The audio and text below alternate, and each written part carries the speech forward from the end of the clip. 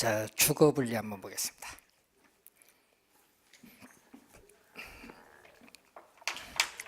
자, 여러분이 저소득층이 거주하는 지역을 저소득층 주거지역 또는 저급주택지역이라고 하죠. 이 저급주택지역. 자, 그럼 저급주택지역에서 우리는 주거 환경이 양호하지 못한 뭐가 발생하죠? 마이너스 V 외부 효과로 인해서 주택 가격은 상당히 낮습니다. 이때 이 저급주택지역에서 저급주택을 수선하는 데 드는 비용과 이 수선한 이후에 가치 상승분을 비교를 했더니 어떻게 돼요? 이 가치 상승분이 크면은 가치 상승분보다 예를 들어서 뭐 수선 비용이 크다. 그러면 비용을 투입을 해서 수선을 하지 않을 것이란 얘기예요. 수선을 하지 않을 것이다. 그러면은 계속 저급주택지역은 뭘로 남는다? 저급주택지역으로 남는 경향이 있어요. 자, 그런데 이 고급주택지역에서는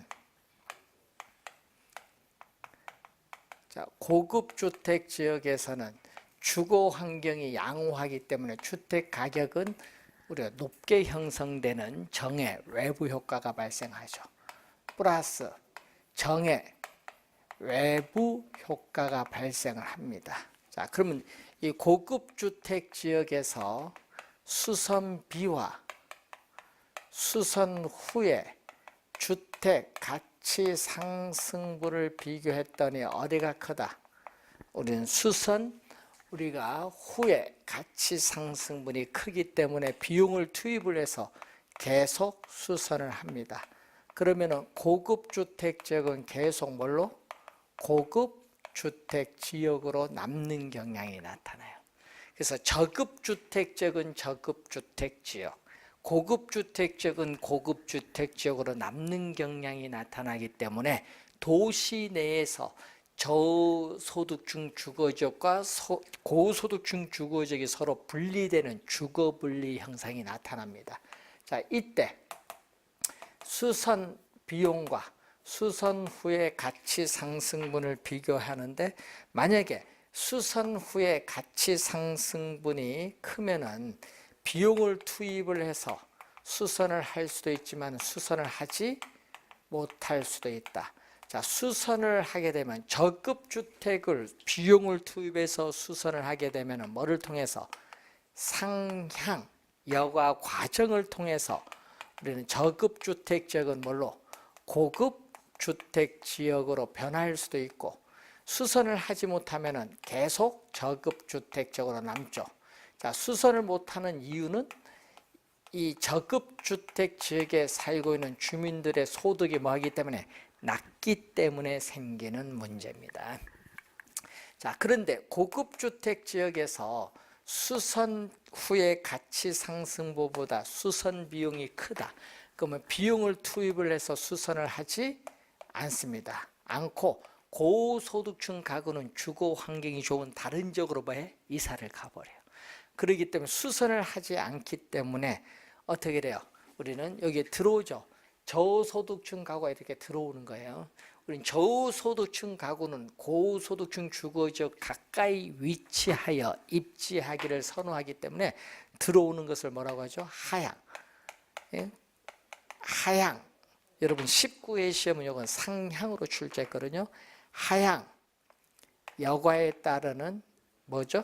침입. 어떤 지역에 새로운 요소가 들어오는 걸 침입이 발생해서 점점 저급주택지역이 계속 들어오면 뭐가 돼요? 고급주택지역은 점점 뭘로 바뀐다? 저급주택지역으로 바뀔 수 있어요. 이렇게 침입의 결과 새로운 토지 이용 주체로 바뀌는 이 형상을 우리는 천이계승이라고 하는데 이렇게 인근 지역의 여가 과정에는 침입 계승의 논리가 적용되고 있다. 이렇게 보시면 되겠습니다. 자, 관련해서 자주 나오고요. 우리가 저급주택 지역 가까이 있는 고급주택 지역은 양호하지 못한 주거 환경으로 인해서 고급 주택 가격이 상당히 어떻게 돼? 저렴해요. 원래 가격이 안 된다. 그래서 뭐가 돼? 할인이 되어 거래가 이루어진다. 여러분 작년에 이거 할증으로 출제했죠. 할인되어 거래가 이루어지고, 고급 주택 가까이는 저급 주택 지역은 양호한 주거 환경으로 인해서 여기는 뭐가 이루어진다? 프리미엄, 할증료, 프리미엄이 붙어서 뭐가 된다? 거래가 이루어진다. 이 얘기를 여러분 이해해 두시고, 자, 저소득층이 거주하는 주택을 우리는 불량주택입니다. 자, 이 불량, 푸어 하우징이죠. 저소득층이 거주하는 주택인데, 불량주택의 문제는 물리적으로 주택 그 자체가 문제가 아니라 그 주택에 살고 있는 주민들의 소득이 낮기 때문에 생기는 소득의 문제입니다. 그래서 불량주택이 시장에 공급되는 것은 시장의 실패의 형상이 아니라 소득에 따라 주택 자원이 효율적으로 배분이 이루어진다. 할당 효율적이기 때문에 나타나는 형상이다. 자, 고소득층은 자신의 소득에 맞는 고급 주택을 소비하고, 저소득층은 또 자신의 소득에 맞는 불량주택을 소비하고 있기 때문에 나타나는 그러한 형상이다. 이렇게 보시면 되겠죠. 자, 261페이지에 자, 아까 우리 앞에서 배우셨던 가격 통제 중 분양가 규제 또는 분양가 상한제를 묻죠. 자, 작년에 또 출제를 했었던 내용입니다. 분양가 규제, 분양가 상한제인데, 분양가 규제, 분양가 상한제. 근데 여러분의 목적은, 자, 현재 주택 가격이 급등하고 있을 때 정부는 주택 가격을 뭐 한다? 안정시킬 목적으로 분양가 상한제를 실시하고 있어요. 그리고 또 뭐, 우리는 신규 주택을 구입을 하는 사람들에게 이 주택 구입 가격 부담을 낮춰줄 목적으로 분양가 상한제를 실시하는 목적이 나타나죠. 자, 수요와 공급이 주어졌어요. 수요와 공급이 주어졌을 때 수요 공급이 만나는 점이 바로 우리는 균형이죠.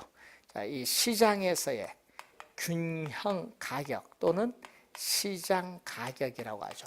이 균형 가격이 너무 비싸기 때문에 이 가격보다 낮은 수준에서 규제를 합니다. 이 규제 가격이 분양 가격의 상한선입니다.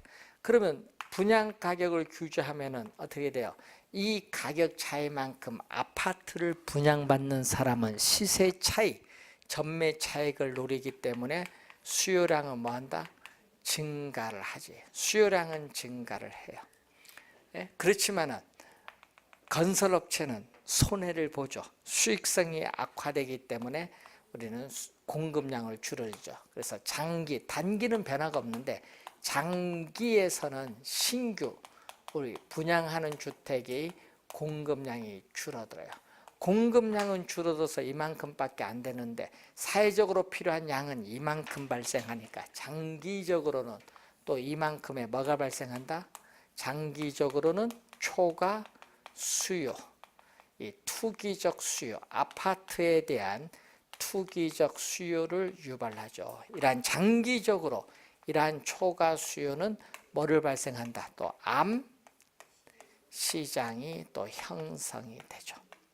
그러면 이 초과 수요자들의 경쟁에서 이 공급량 수준에서 수요 곡선과 만나는 점까지 우리는 암시장에서 형성되는 가장 높은 가격이죠. 암시장 가격, 규제 가격. 그래서 장기적으로는 분양 가격에 대한 또 뭐가 형성된다?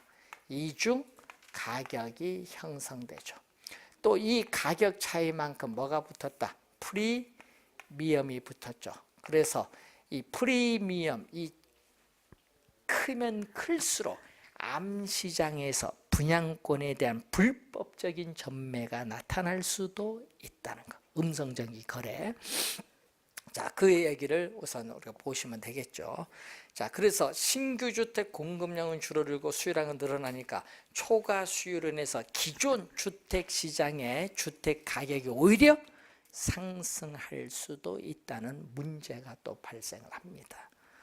자, 우선은 분양가 규제 상한제, 여러분이 작년에 또 출제를 했는데 한번 확인을 한번 해보시면 되겠습니다. 자, 264페이지로 넘어오면은 조세 정책. 자, 정부가 부동산 조세를 부과하는 목적은 재정 수입 증대를 목적으로 하는데, 그럼 부동산 조세의 기능은 자, 이 공공 부문과 민간 부문 사이에 이 부동산 자원을 배분하는 기능을 가지고 있어요. 자, 누진세를 부과함으로써 소득 재분배 기능도 가지고 있고, 또 지가 상승분에 대해서 양도소득세를 중과세함으로써 지가를 안정시키고 투기를 억제하는 기능도 가지고 있고, 호화주택 건축에 대해서는 중과세를 함으로써 호화주택 건축을 억제하고, 임대주택 건설에 대해서는 세금을 감면함으로써 임대주택 건설을 촉진함으로써 주택 문제를 해결하는 기능도 가지고 있다. 이런 기능이죠. 여러분, 조세 기능이 나오면요, 이거는 빨리 지문상에 맞다 해서 넘어가면 돼요. 시험, 본 시험에 가시면은. 자, 그리고 조세의 귀착이 나오는데 원래 출제하거든요. 원래 조세 정책에서 한 문제 나오거든요. 자, 조세 부담의 귀착, 조세 부담의 귀착과 정가가 나오는데, 자, 조세 부담의 귀착이라는 건 뭐죠? 정부가 생산자에게 조세를 부과했을 경우에 실질적으로 누가 조세를 부담하느냐의 문제입니다. 자, 이 조세의 귀착은 수요와 공급 곡선의 상대적 탄력성에 따라 달라지게 되고요. 그럼 조세 부담의 정가는 정부가 생산자에게 조세를 부과했을 경우에 생산자는 뭐를? 조세의 일부를 뭐를 통해서? 가격 인상을 통해서 수요자에게 일정 부분 떠넘기는 것을 조세 부담의 정가라고 해요. 일정 부분 떠넘긴다. 자, 그러면은 이 조세와 관련해서, 자, 수요 곡선은 일반적으로 우하향하고 공급 곡선은 일반적으로 뭐다? 우상향했을 때, 자, 이렇게 주어졌다. 자, 지금 현재 50만 원의 임대료가 주어졌는데 정부가 얼마? 우리 세금, 재산세를 30만 원 부과했어요. 자, 그러면 재산세를 30만 원 부과하면 이 세금액만큼 공급 곡선이 수직으로 상향 이동합니다. 그럼 새로운 균형점에서 어떻게 돼요?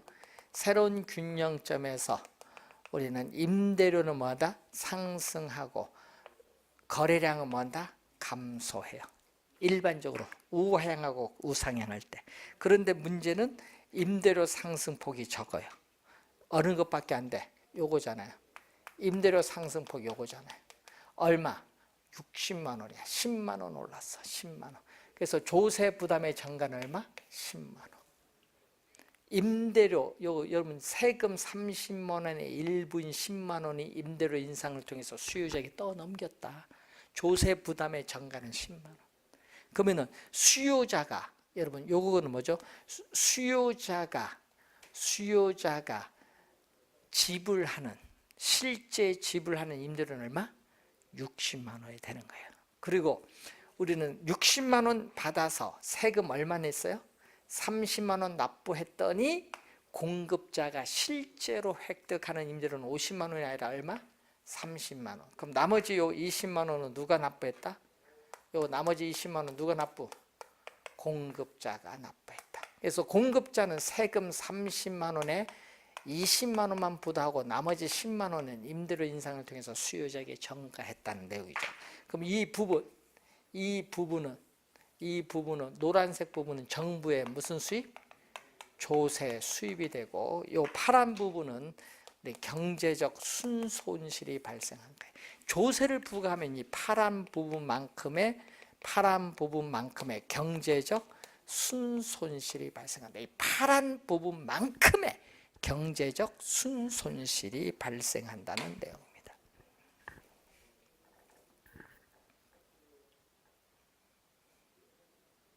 자, 이렇게 수요 곡선이 뭐가 돼? 탄력적이죠. 수요가 탄력적이고 공급은 뭐다? 비탄력적입니다. 자, 수요가 탄력적일 때는 수요자가 이렇게 세금 부담을 적게 하죠. 이건 누가 부담한 거야? 수요자가 부담하는 부분. 수요자는 세금을 적게 부담하고 누가 많이 부담? 공급자가 많이 부담해요. 그래서 여러분은 꼭 암기하라는 게 있죠. 탄유. 탄력적일수록 세금 부담을 적게 하기 때문에 유리하다. 그럼 반대로 비탄력적은 세금 부담을 많이 하기 때문에 불리하다. 그러니까 이걸 꼭 기억해야 돼. 가끔 시험 지문에 나오거든요. 탄유. 탄력적일수록 세금 부담을 적게 하기 때문에 유리하다. 탄력적은 기울기가 완만하다, 급하다? 완만하다.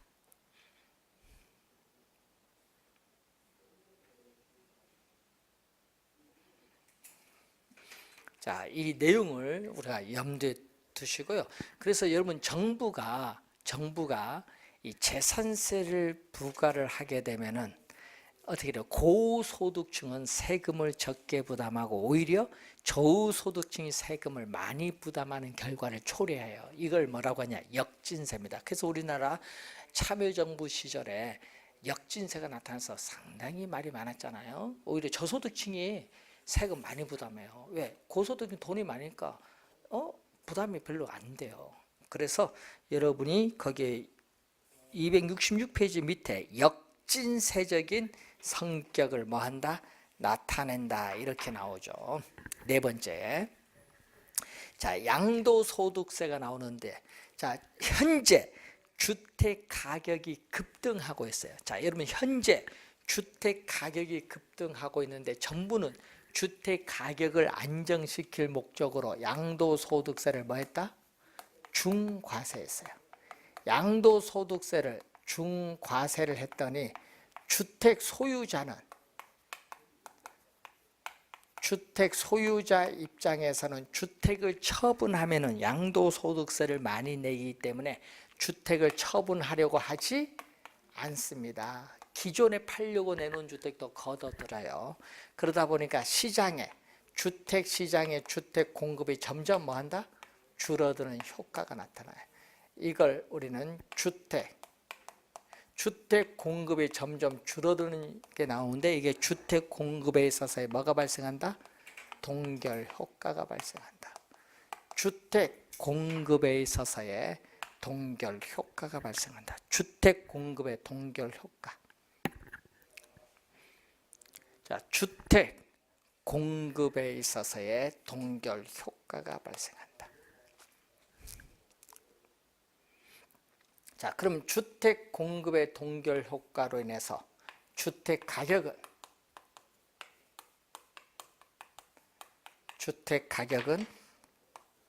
오히려 뭐 할 수도 있다? 상승할 수도 있다.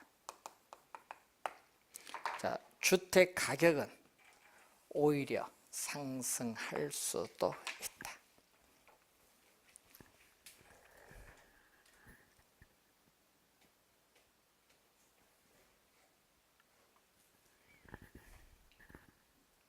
이게 시험에 주택 가격은 하락한다 이렇게 많이 내요. 시험 문제 뭘로 많이 낸다? 하락한다 이렇게 단정적으로 나오면 안 돼요. 오히려 상승할 수도 있다. 자, 그리고 또 뭐가 나오죠? 우리는 거기에 또 시험에 많이 나온 게 토지 보유세의 경제적 효과로 관련해서 267페이지 보시면은 위에서 네 번째 보시면 토지 이용을 특정 방향으로 유도하기 위해서 어떻게 돼요? 세금을 우리 여러분 시험에 이렇게 내거든요. 토지 이용을 특정한 방향으로 유도하기 위해서 토지 용도에 관계없이 동일한 세금을 부과해야 된다. 이걸 두 번 출제한 거야. 그 지문 틀렸어요. 여러분 토지 용도에 관계없이 동일한 세금을 부과해야 된다. 이걸 두 번 출제했는데 그거 틀린 지문입니다. 그럼 어떻게 해야 맞죠? 거기 어떻게 돼요? 토지 이용을 특정 방향으로 유도하기 위해서는 토지 용도에 따라 세금을 달리 부과를 해야겠지. 그 지문 밑줄 그어두시면 되겠죠.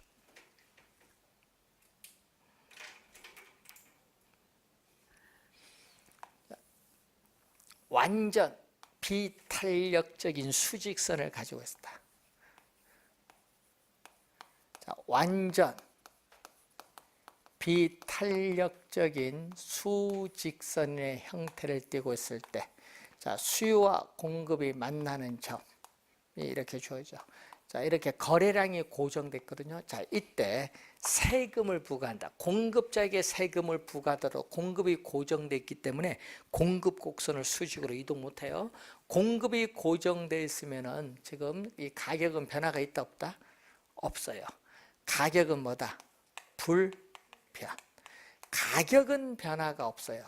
문제는요, 아까도 있지만 가격 인상을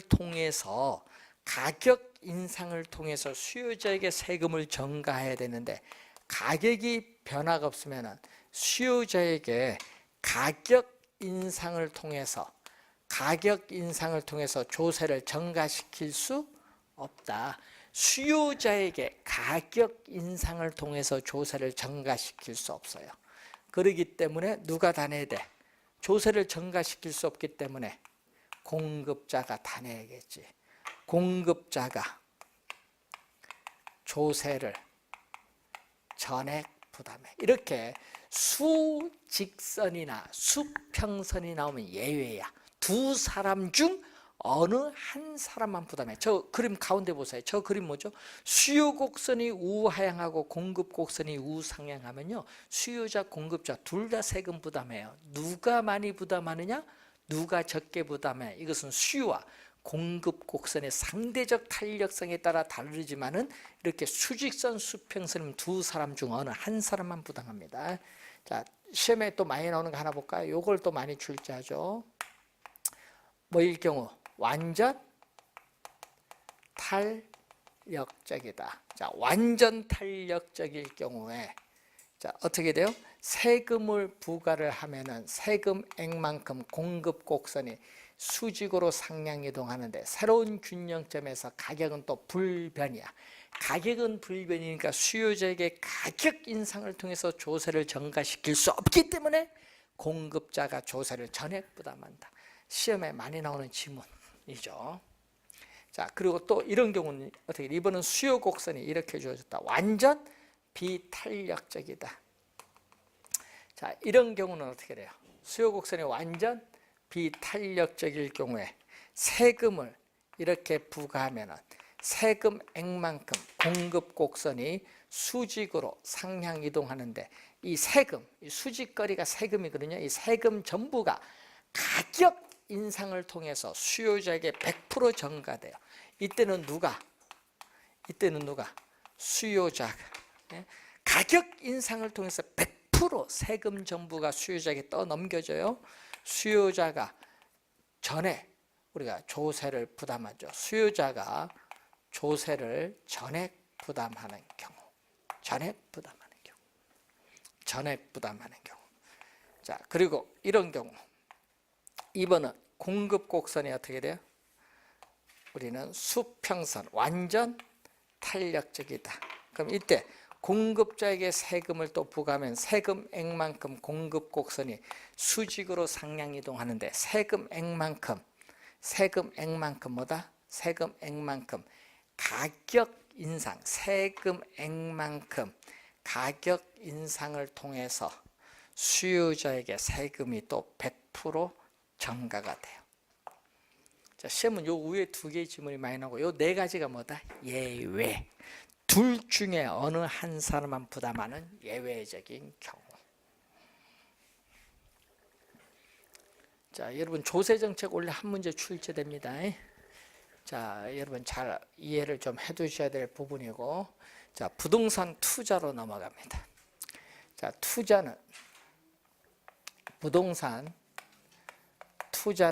부동산을 취득을 해서 우리는 보유기간 동안에 부동산을 운영을 하죠. 그래서 일정 기간이 지나서 처분을 합니다. 자, 이때 보유기간 동안의 임대료 수입을 뭐라고 하죠? 보유기간 동안의 임대료 수입을 소득이득이고, 처분 시에 처분 가격과 취득 가격의 차이, 부동산 가격 상승에 따른 이득을 자본이득이라고 해요. 자, 우선은 부동산 투자는 미래의 현금 수입과 현재의 현금 지출을 서로 교환하는 행위를 말합니다. 그래서 미래에 불확실한 수익을 획득을 하기 위해서 현재 확실한 소비를 희생하는 행위를 투자라고 하는데, 투자의 장점은 보유기간 동안의 소득이득과 처분 시의 자본이득을 누릴 수 있는 장점이 있어요.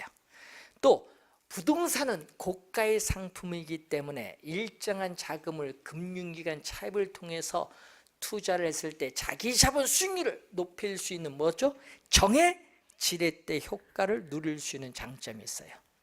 또 인플레이션이 발생하면 화폐의 가치는 하락하고 실물 자산인 부동산 가격은 오르기 때문에 부동산을 투자해서 보유하고 있으면 실질적인 구매력을 보호받을 수 있다. 그걸 뭐라고 하죠? 인플레이션 뭐라고 해요? 했지. 작년에 또 출제했었죠. 그 지문이요.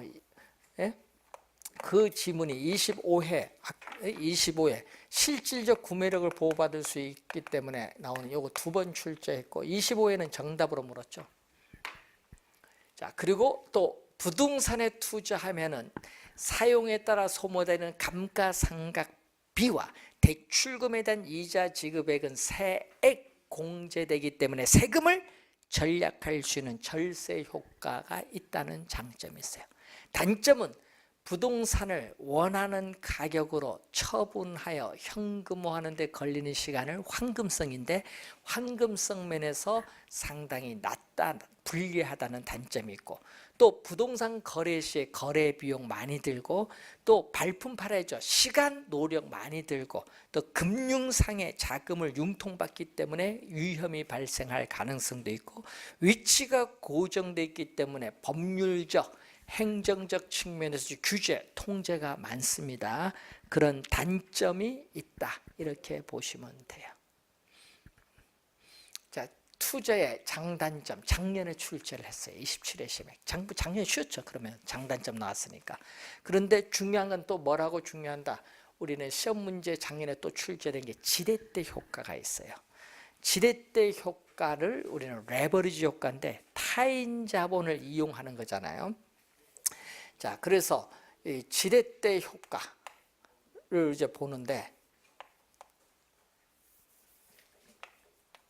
지렛대 효과를 우리는 레버리지 효과라고 하죠. 그래서 항상 지렛대 효과는 부동산은 고가의 상품이기 때문에 총 투자한 자본 중에서 일정한 자금은 금융기관에 차입을 해야 돼요. 그래서 타인 자본을 이용을 해서, 타인 자본을 이용하면 뭐가 변한다? 부채 비율이 변하지. 부채 비율은 이 자기 자본, 이 지분에 대한 타인 자본의 비율인데, 이러한 부채 비율의 변화를 통해서 뭐에 영향 준다?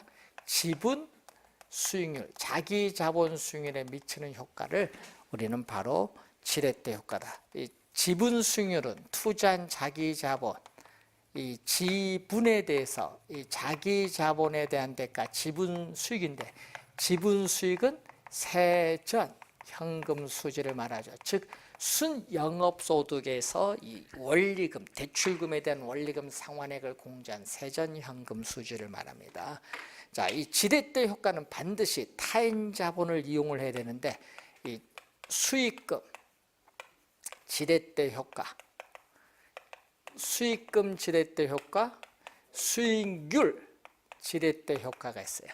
이 수익금 금액이죠. 자, 금액이 나오는데, 금액 전세.